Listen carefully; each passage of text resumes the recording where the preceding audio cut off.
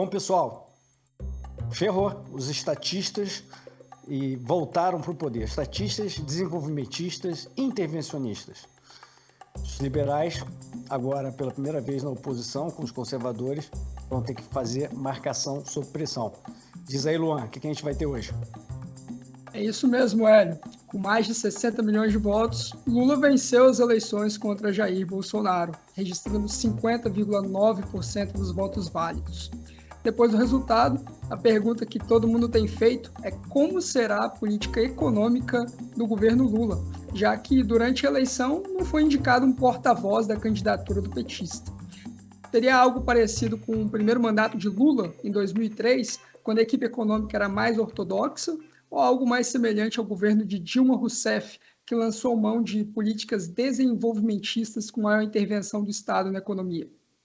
Para conversar sobre o assunto, o Linha de Fogo dessa semana recebe Arilton Teixeira. Ele é economista-chefe da Apex Partners, doutor em economia pela Universidade do Minnesota e pesquisador do Banco Central dos Estados Unidos. Boa noite a todos, é um prazer. Luan, Hélio, é sempre bom poder. Arilton, desde 2016, nós tivemos aqui no Brasil um volume muito grande de reformas aprovadas. A gente teve o teto de gastos, nós tivemos a reforma da Previdência, também tivemos dezenas de marcos regulatórios, como ferrovias, cabotagem. Essas reformas agora, com o governo Lula eleito, elas estão em risco na sua percepção? Olha, eu não diria que todas elas estão em risco. Eu acho que a que está mais em risco é pela base de sustentação do Lula, é a reforma trabalhista, certo? Essa reforma tem poucos anos, e o ataque dos petistas, né, da base do Lula, contra essa reforma é muito forte, porque ela retirou aí uma base de financiamento aí para os braços sindicais do PT. Então, eu acho que essa é a reforma que está correndo aí risco.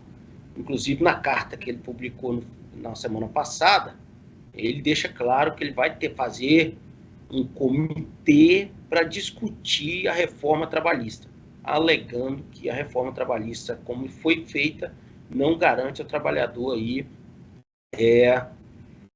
digamos, direitos e dignidade, essas palavras todas que, ao fim e ao cabo, eu imagino que esteja muito ligado à volta do imposto sindical obrigatório, certo? Que é o que dava o grande financiamento aos sindicatos. Então, eu acho que isso. Nas outras reformas, nós temos que ver, em geral, o Lula não tem mostrado apetite para brigar com liberalização.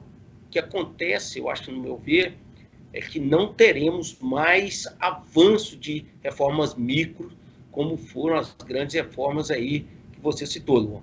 Mas retroceder, em geral, o Lula não tem tentado fazer isso. Ele não gasta apetite, ele não gasta tempo e capital político nessas brigas, como foi aí, inclusive, as discussões. Ele prometeu aí no primeiro mandato dele reversão de privatizações, e nesse ponto o que ele fez? Ele não reverteu, mas ele interrompeu o processo de privatização. Eu acho que é muito isso. Outras coisas que eu acho que a gente tem que ficar de olho, além disso, dessas reformas micros, que elas vão interromper aí nos próximos anos, é a questão tributária. O Lula vem com apetite para gastar, ele sabe que a vitória dele hoje foi ainda muito em função dos gastos, em particular com Bolsa Família, né? E eu acho que ele vai tentar voltar aí. Também na carta dele do ano passado, da semana passada, está bem claro, dizendo, olha, nós vamos manter os 600 e querem adicionar R$150 por filho até 6 anos. Bom, se você pegar um cara que ganha 600, se ele tiver 3, 4 filhos, ele ganha mais do que ele ganharia trabalhando. Então, esse eu acho que é um problema ainda maior, e é um problema que sempre acontece com essas assistências sociais, né? Elas transformam-se em digamos, sustentáculo eleitoral. Eu acho que é isso que é o principal problema agora que nós vamos ter pela frente. E meu medo é que, com uma carga tributária gigante, eles vão tentar repassar esses gastos via aumento da carga tributária.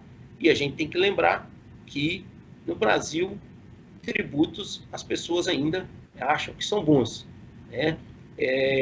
Recentemente, no Espírito Santo, um jornal publicou que a queda do ICMS na gasolina ia retirar 2 bilhões do Espírito Santo. Ou seja, só conta o dinheiro que o governo arrecada. Se o dinheiro ficar no bolso do cidadão, é perda. Então, eu acho que isso é uma distorção enorme.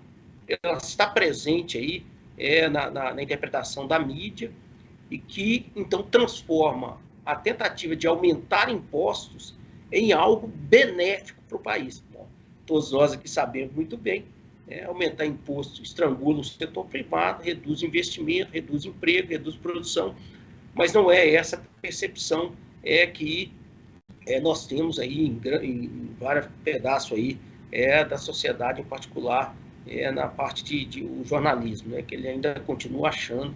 É justamente sobre reforma tributária que eu queria continuar a nossa conversa aqui, porque eu estava apurando que muito provavelmente quem vai coordenar agora a equipe de transição do governo deve ser o vice-presidente eleito, né, Geraldo Alckmin. E ele teve diversas entrevistas que ele sinalizou ao longo da campanha de que a grande prioridade do governo Lula vai ser uma reforma tributária ampla para ser aprovada já em 2023. Mas nós já temos 30 anos que os governos sempre falam que vão tentar fazer alguma reforma tributária. O próprio governo Bolsonaro tentou aprovar, passou na Câmara e ficou travado no Senado. Na sua percepção, o que a gente pode esperar de uma eventual reforma tributária proposta pelo governo Lula? Olha, reforma tributária no Brasil, no passado recente, tem sido sinônimo de aumentar impostos ou criar novos impostos, né? Aumentar alíquotas ou criar novos impostos. Eu acho que eu, você, Luan, muito tempo atrás, a gente já discutia isso, né? Lá no Espírito Santo a gente falava, olha, o problema com essa festa fiscal é que na hora que ela terminar, o governo não vai querer, e a única forma dele manter vai ser fazendo o quê? Fazendo aumento de impostos. Então eu acho que é isso. O que nós temos hoje, o que nós vamos viver nesse próximo início de governo, é um nome bonito, reforma tributária. Eles vão falar que querem fazer reformas, querem simplificar, reduzir impostos, mas no final da conta nós temos 2 impostos em cima da mesa para serem criados. Ou vem a CPMF ou vem a bitributação do dividendo. O resto não passa, né? Até seria um bom aqui, melhor para outra do encontro. Ele dizia o seguinte: nós temos que aproveitar, porque todos os governadores estão apoiando essas 2 PECs. A minha resposta é simples e trivial. Para todos os governadores apoiar, só tem um jeito: a carga tributária vai aumentar, e a gente sabe disso. Então, eu falo, olha, não façam isso, destrói a federação, congela a carga tributária, e o único avanço que essa PEC faz é simplificar, porque a PEC 45 tem um número de simplificação, uma são 5 impostos, outros são 7, 8, então, mas eles transformam, o que eles fazem é pegar 7 impostos e transformar em um com a mesma capacidade de tributação. Ou seja, o avanço na direção da redução da carga tributária não vai vir. Então, eu fico muito com medo. O Congresso estava doido para apoiar isso, ainda bem não aprovou. Eu acho que a competição entre estados é muito benéfica. Nós nunca chegamos nesse nível ainda. Nós temos o tal do CONFAS aí, que impede isso. A de competição entre os estados no Brasil vira guerra fiscal. Competição é boa em todo lugar, e eu continuo achando que é bom, inclusive, entre os estados.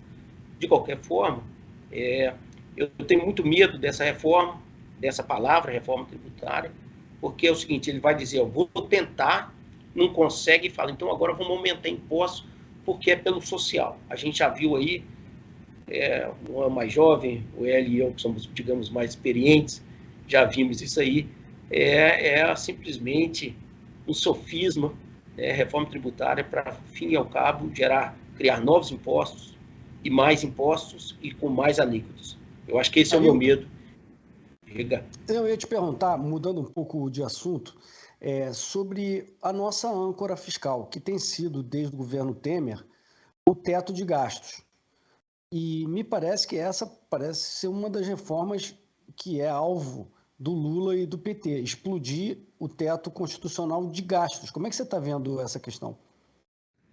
Olha, o Lula, se você olhar aí os 2 mandatos do Lula, ele chega muito calmo e depois ele vai fazendo as mudanças. O que ele está propondo? Ele está dizendo, olha, vamos tirar esse negócio do PEC do teto, porque eu prefiro manter uma meta de superar primário. Bom, dependendo do tamanho do superávit, qual o objetivo do superávit, se ele for controlar a dívida e tudo, talvez seja até possível fazer essa troca. O problema todo é que a gente sabe os novos passos. Uma vez eliminado o PEC, o teto, ele começa com aquele negócio. Você deve lembrar bem, Hélio. É o seguinte, isso aqui, esse gasto, não é um gasto, isso é um investimento. Então, a gente tem que tirar esse gasto do cálculo do superávit primário. E aí ele vai manipulando, e aí isso ficou conhecido aí como contabilidade contra-criativa. Eu espero que os contadores não fiquem bravos, não estou menosprezando eles, não, mas foi o termo que foi usado lá atrás, eu estou usando aqui de novo. Espero que... Mas mostra o quê? A capacidade. Você chega com um conceito e depois você vai manipulando o conceito. Você lembra disso, Hélio? Começou com...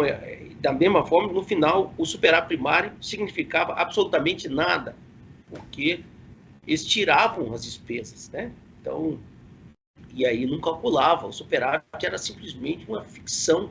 Então, meu medo, voltando para a sua pergunta, é exatamente isso, tá certo?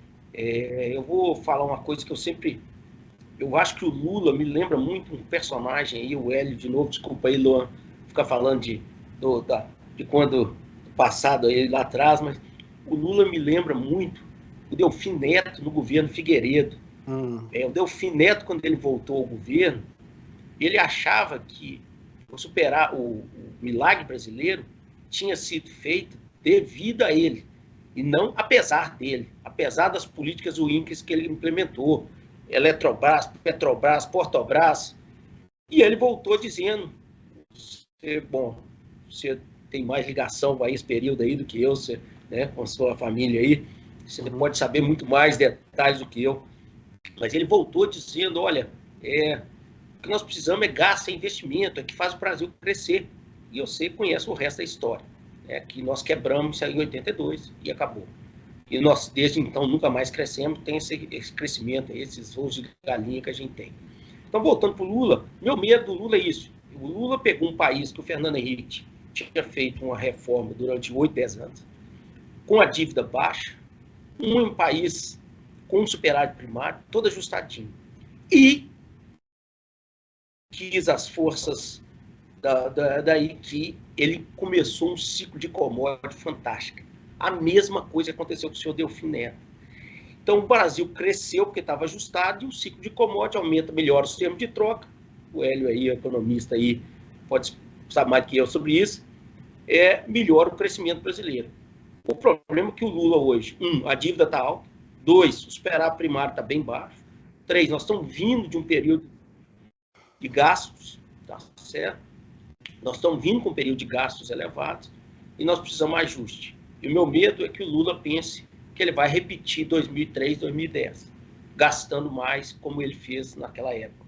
Então, se ele fizer isso hoje, dado os fundamentos macroeconômicos, os fundamentos fiscais, eu acho que isso pode gerar uma aproximação da economia brasileira da Argentina, né? No sentido de que podemos ter um aumento da inflação, queda do crescimento, disparada do dólar, e isso eu não vejo. Assim, meu medo e aí está a importância aí de entender quem é o ministro da Fazenda ou da Economia do senhor Lula no seu terceiro mandato, porque isso vai nos dizer muito o que ele espera, o que ele pretende fazer. Um ministro forte vai sinalizar que o Lula está disposto a ouvir. Um ministro fraco, como foi o Manteiga, e aí não, mostra que ele não quer ouvir, ele quer simplesmente ser obedecido.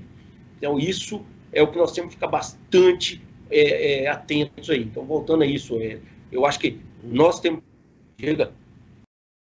Tem um ponto muito importante, conversando com investidores institucionais, de que talvez uma das principais diferenças da equipe econômica do governo Bolsonaro para agora um governo Lula seria a questão de governança das estatais, né? Hoje a gente tem visto o pregão da Bolsa de segunda-feira, a Petrobras caindo quase 10%, o Banco do Brasil caindo quase 7%. O que você indicaria que o mercado está reagindo a esse risco do governo Lula na gestão das estatais? Olha, de novo, eu tenho que me voltar aí à carta publicada na semana passada. Todos nós lemos aí, vimos lá. Está claro que o Lula quer usar as empresas estatais, os bancos estatais, para fazer uma política aí de desenvolvimento do setor estratégico. Lula, desculpa aí de novo, mas eu e o Hélio lembramos aí da década de 70, quando veio a lei da informática, criaram 6 Secretaria Especial de Informática, que era para desenvolver setor estratégico. Foi um desastre. Nós vimos no governo Lula e depois no governo Dilma outro desastre. E agora ele volta. Hoje tem uma lei das estatais, certo? Mas como o nome diz, é uma lei e, obviamente, o Congresso pode facilmente, com maioria simples, né, derrubar essa lei. Essa lei hoje dificulta o uso das estatais. Veja a briga do Bolsonaro aí com a Petrobras. Ele tentou manipular os preços, não queria reajustar os preços, mas a lei hoje garante aí uma flexibilidade muito grande, graças ao governo Temer. Essa lei aí fortaleceu bastante aí a governança das estatais. Mas nada que, de novo, o Congresso possa mudar. E, obviamente, a desculpa é sempre social. Ele vai dizer que as estatais não precisam dar lucro, que ela tem que dar retorno para a sociedade. Nós já vimos esse discurso aí várias e várias vezes. A população adora e o desastre depois vem com contas gigantescas aí. Lembra dos heróis, dos campeões nacionais, os campeões nacionais do governo Dilma. Nós estamos pagando esse subsídio aí, que empréstimos gigantescos aí, que ela deixou. Tudo isso é política fiscal. Isso aí é a tentativa de voltar a isso. O Lula já reaviu, falou que vai ter um novo PAC. Para quem não lembra, o PAC era o Plano de Aceleração do Crescimento. Eu chamo plano de atraso do crescimento, porque isso só gerou desastres. Então, de novo, essa tentativa do governo em fazer isso, eu acho que fica claro na carta, e o mercado está reagindo. Certo? E as estatais estão caindo, obviamente, porque o Lula disse na carta que vai usá-las novamente. E a gente já viu esse filme, eu e o Hélio, várias e várias vezes, o Luan, pelo menos uma vez já. Já vi um pouquinho também. Infelizmente, você viu.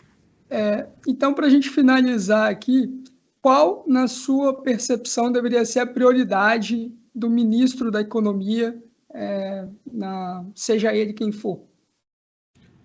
Olha, a primeira coisa que a gente quer saber é o seguinte: o governo Bolsonaro avançou bastante, o governo Temer avançou bastante, o governo Bolsonaro avançou bastante nas reformas. Infelizmente, a reforma administrativa não foi feita. Acho que foi um dos grandes erros estratégicos do governo Bolsonaro. Teria aí conseguido liberar muito recurso e ele não fez. Acho que a primeira coisa que o ministro tem que deixar claro é qual a direção que nós vamos. Nós vamos voltar a ter gastos crescentes, intervenções estatais crescentes, ou nós vamos manter aí os últimos 6 anos aí, Temer, Bolsonaro, de avanço em reformas. Eu acho que é isso que tem que ficar claro. O resto, quanto mais claro ficar, quanto mais rápido ficar, melhor. A tentativa de não deixar isso claro vai, obviamente, levantar ainda mais dúvidas em relação ao governo Lula. O mercado vai ficar atento, quer ver, mas tentativas de não responder como foi feito durante a campanha, eu acho que ela vai ter uma vida mais curta e vai gerar mais volatilidade. Eu acho que é isso, a primeira coisa, sinalizar a direção que o governo vai. Vai manter as reformas ou vai voltar para aquela estatização, aumento de gastos, subsídio BNDES, campeões nacionais, PAC e assim sucessivamente. Certo? De novo, é interessante isso, né? Eu e o Hélio já vimos várias vezes, você já viu uma vez. Interessante que todas elas fracassam e toda vez os governos dizem que vão fazer e vai dar certo. Me lembra uma piada que eu vi, menino todo chamuscado, indo botar o dedo na tomada de novo e falou assim, agora vai dar certo. Tá certo? Então... Muito bem, Arilton. Queria agradecer muito a tua presença hoje conosco. Obrigado. Eu agradeço. Um abraço para você. Luan, um abraço para você. Estou à disposição aí Professor para novas Arilton, conversas. Diretamente do Fed, Banco Central dos Estados Unidos. Obrigado, Arilton. Até a próxima. Minneapolis. Nona região. Um abraço. Hélio, na opinião do professor Arilton Teixeira, não devemos ter grandes retrocessos, mas nós também não vamos ter grandes avanços. A exceção é talvez a volta do imposto sindical e retrocesso na legislação trabalhista. Qual que é o seu feeling? Ele tocou, o Arilton explicou muito bem para a gente, ele tocou alguns pontos que nós temos que ter atenção, porque a gente sabe que está na cabeça do PT e que eles vão fazer. A questão da reforma trabalhista é importantíssimo. Aliás, é bom lembrar, Luan, que o primeiro grande gol dos liberais foi justamente a revogação, a extinção do imposto sindical, ainda no governo Temer, com a liderança do deputado Paulo Eduardo Martins, e a gente extinguiu essa fonte de receita para os sindicatos, ou seja, dinheiro que sai do bolso de todos os trabalhadores do Brasil e que tem que obrigatoriamente ir para os sindicatos fazerem o que a gente conhece que eles fazem. Isso está extinto desde 2015 ou 2016, e eles pretendem revogar isso. Como pretendem, como a gente sabe, revogar outros aspectos da reforma trabalhista, que foram avanços claros. Então, como você disse, Luan, ele acha que o Lula não vai ter força política para retroceder em algumas reformas, mas ele não vai avançar nada em mais nada micro, na opinião dele. Eu acho que faz algum sentido, dado o equilíbrio de forças no Congresso que a gente tem. Teto de gastos, eu acho que vale a pena a gente citar. Ele disse que o Lula, como colocou na carta, quer voltar para uma historinha de superávit primário. Tipo assim, olha, larga a mão desse teto e me dá aqui, eu manejo para vocês as contas, eu prometo entregar o superávit fiscal. O que ele está dizendo? Ele tem uma algema lá na Constituição que não deixa ele gastar mais.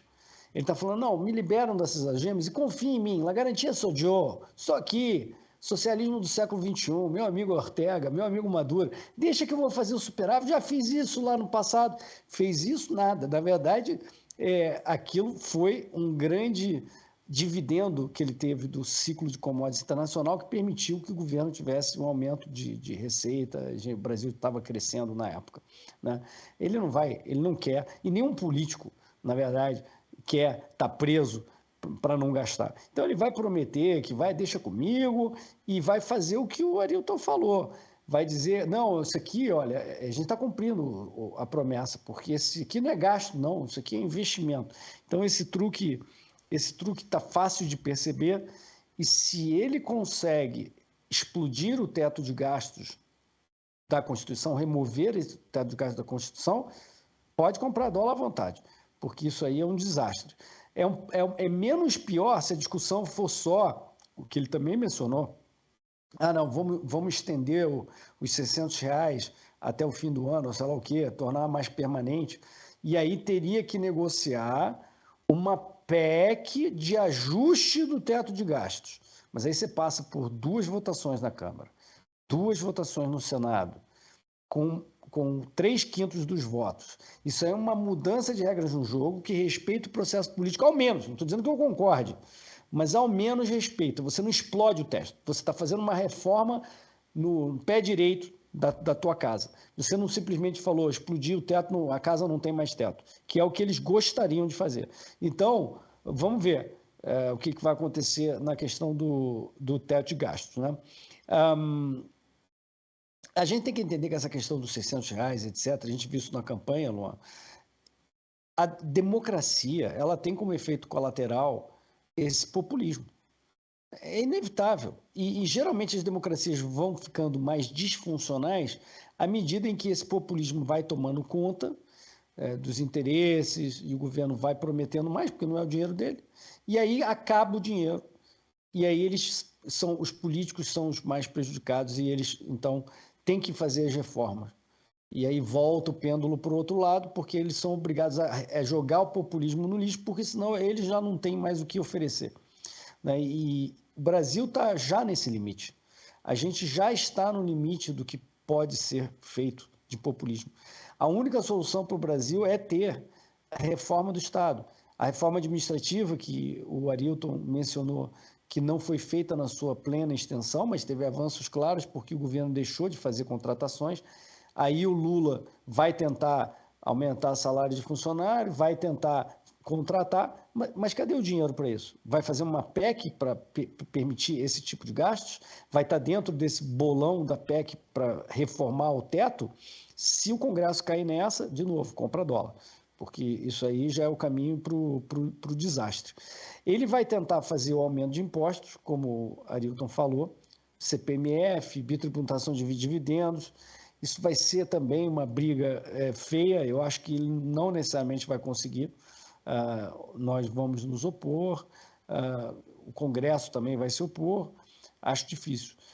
Arilton mencionou, ainda sobre reformas, para concluir o tema reformas, a questão da reforma tributária, PEC 45, PEC 110, ele é cético, concordo 100% com ele. Toda vez que o Brasil resolveu fazer reforma fiscal foi para aumentar impostos.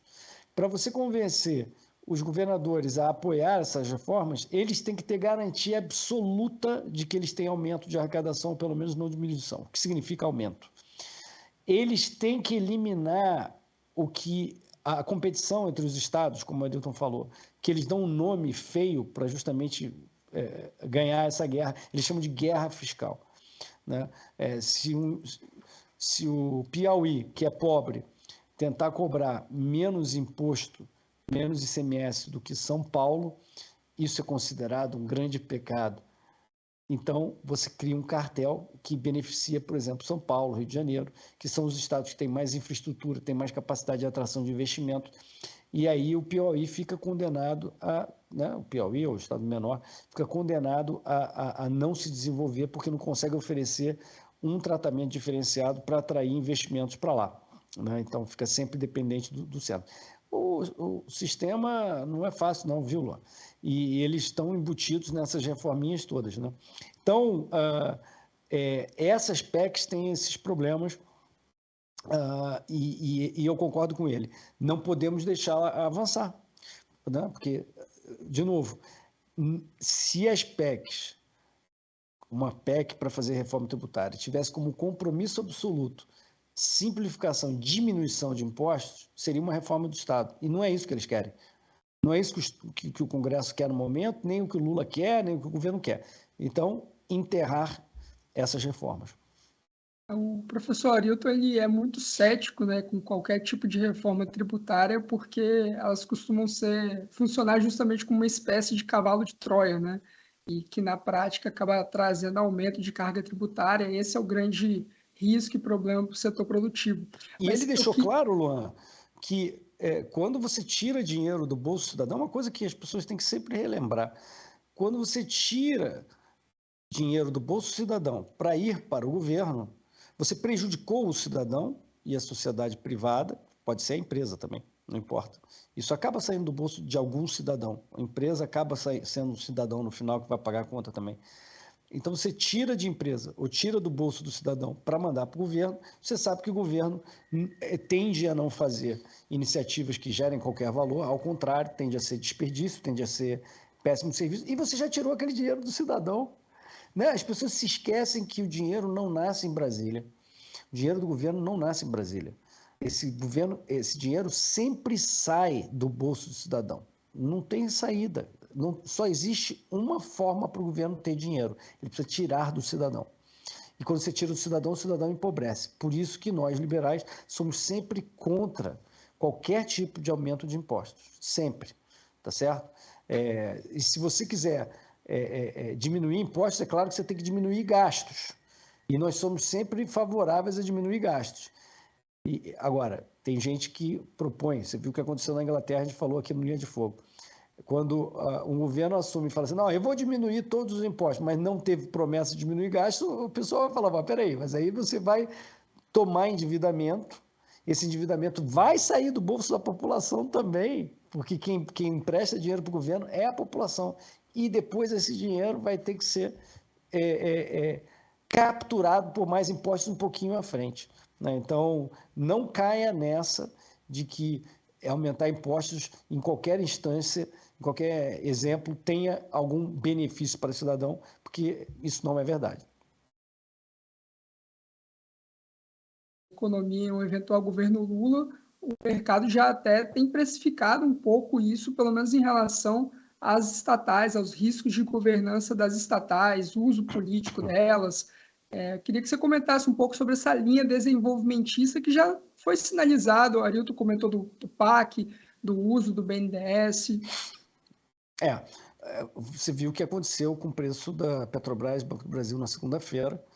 Despencou porque eles já falaram, é isso que eles querem de novo usar o BNDES, eles querem de novo usar os bancos públicos para fazer PACs e desenvolvimentismo, aquela coisa que estourou o Brasil, né? Você tem um voo de galinha inicial, porque parece que aquilo está gerando alguma coisa produtiva, mas no fundo é tudo artificial. Você está tirando do bolso do cidadão e criando um crédito para estimular, mas aquilo não tem como se sustentar, né? Então, isso no processo você destrói as estatais, né?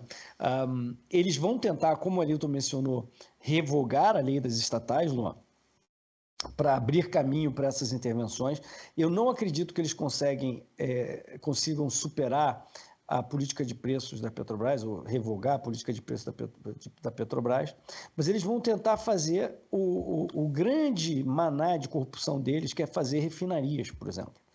É onde eles mais roubaram, Comperj, Abreu e Lima, Passadina, é a festa de financiamento da corrupção, são as refinarias, né? Porque são muito custosas, muito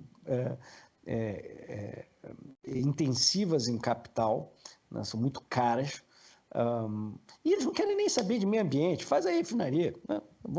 Porque é ali que está o negócio da corrupção. Então, as estatais podem ser cooptadas também por esse lado, pelo programa de investimento, não necessariamente só pela política de preço da Petrobras, né? E do lado dos bancos, claro, pela política de crédito, gerando crédito criado do nada, que vai dar problema mais para frente. Então, e aí os campeões nacionais, no BNDES, também fazem a mesma coisa. Isso tudo é um grande risco que a gente vai ter que investigar. Ele deu uma dica de que se houver um ministro forte, um ministro com luz, independente, isso pode ser em parte mitigado, né? Porque um ministro mais fraco, como ele bem colocou, é nada, é um papagaio de pirata e o pirata está atrás. Pirata é uma palavra bem apropriada para esse caso. E fica lá o papagainho, faz, e quem está mandando é ele mesmo. Se o ministro é forte, tem algum escudo ainda, né? Ele só vai até um certo ponto, né? Mas não que isso seja positivo, nem nada disso, é só menos pior do que ter um ministro fraco. Então, Luan, não tem notícia boa, não. Eu acho que as bolsas na segunda-feira mostram a impressão inicial do que isso significa, né? Quem estava esperando, não, Lula, não, veja bem, vai ser Lulinha, paz e amor e tal, é bom para o Brasil, é bom para o equilíbrio das contas públicas, etc. Bom, já está quebrando a cara. Vai ter muitas idas e vindas, altas e baixas, etc., até o anúncio do ministro e tal, mas a direção geral a gente sabe para onde vai, é a direção socialismo do século XXI. E um ponto que o Arilton comentou que eu achei muito interessante foi a comparação do Lula com a figura do Delfim Neto, né? Que o crescimento econômico não veio por causa deles, mas apesar deles. Você concorda? Concordo 100%. Delfim, o Arilton mencionou um ciclo de commodities. Eu diria que o ciclo de commodities na década de 70, na verdade, era um ciclo de crédito inflacionário, e as commodities são as primeiras que sobem numa época de inflação, a gente viu ano passado. Então, o que havia lá na década de 70 foi um grande surto inflacionário pela saída do padrão ouro, e os políticos voltaram a mandar no dinheiro. Antes você tinha que obedecer o ouro, né? Tinha as algemas do ouro, como se fosse uma âncora monetária, que você não consegue imprimir dinheiro, criar crédito ao léu, né? Assim, a bel prazer. Então você está amarrado pelo ouro. Aí em 71 o ouro deixou de ter essa função de algema e o governo americano, principalmente o Fed, onde está lá o Arilton nesse momento, passou a criar inflação, dinheiro e crédito, né? E isso inflacionou o petróleo e as outras commodities, que acabou beneficiando o Brasil na época. E não só pelo lado das commodities, mas também pelo crédito fácil. Então a gente teve um momento que não havia muitas décadas de poder tomar dívida para caramba, para fazer investimentos e tal. E o Delfim tomou essas dívidas loucas lá, tomou dinheiro para caramba, né? Incentivou essa festa de tomar dinheiro em dólar, que depois teve que, com taxas flutuantes, tá? Com taxas flutuantes, significa que ele tomou quando estava com taxas de 3%, 4% ao ano, e do dia para a noite, lá no fim da década de 70, já estava em 15%, 16%, né? E tinha que pagar. E aí quebramos, né? Quebramos. Então, isso é um paralelo grande, né, com o que aconteceu entre 2010 e 2015, que foi quando, primeiro antes, você teve, a partir de 2003, um ciclo de commodities, porque a China estava entrando, e também um ciclo de crédito, né? E o governo brasileiro chegou em 2010 e falou, não, agora vamos fazer aquilo que o Delfim fazia lá no passado também. Vamos aproveitar, tomar dívida e tal. E aí quebrou tudo em 2015, na pior recessão que o Brasil já teve, né? E o que o Lula pretende fazer não tem grandes novidades na cabeça, na mente desses desenvolvimentistas. É a mesma conversa. Eles acham que é isso, que o dinheiro é criado, né, nasce na grama de Brasília, que imposto pode ser bom, porque isso é bom para o país, como o Arilton mencionou. Tudo errado, vai dar tudo errado, né? Claro, eles não vão conseguir fazer tudo que querem fazer, assim como o Bolsonaro não conseguiu fazer tudo que queria fazer, né? Mas a direção é essa, a pressão vai ser essa, a cooptação do Congresso Nacional vai ser para essa direção, né? Então, estava vendo na segunda, o termo orçamento secreto, na mídia já mudou para o orçamento do bem, né? Poxa, emendas de relator, ficou bacana, né? Porque é a forma que o PT vai usar, entre outras, né, que normalmente são mais escusas, para cooptar os políticos para a agenda do governo, né? E a gravidade, né, a gravidade em Brasília é muito pesada por negócio de cargos, né? Cargos e grana. E políticos vão atrás disso, tendem a gravitar em torno do governo. Vamos ver se a gente vai conseguir ter uma oposição forte, que é o que a gente agora, pela primeira vez, está numa posição de liberais e conservadores serem oposição forte, mas tem que ver político como funciona, né? Ele tem sempre um cheiro por cargo, um cheiro por poder e um cheiro por dinheiro. Governo Lula, muitas dúvidas e riscos no radar. Você concorda com Hélio Beltrão e com Arilton Teixeira? Comente aqui embaixo. E assine a Gazeta do Povo, o jornal que acredita no Brasil. Acesse também os conteúdos do Instituto Mises Brasil. Obrigado, Hélio. Até a Linha de Fogo na semana que vem. Um abraço, Luan. Abraço, turma. Vai dar tudo certo.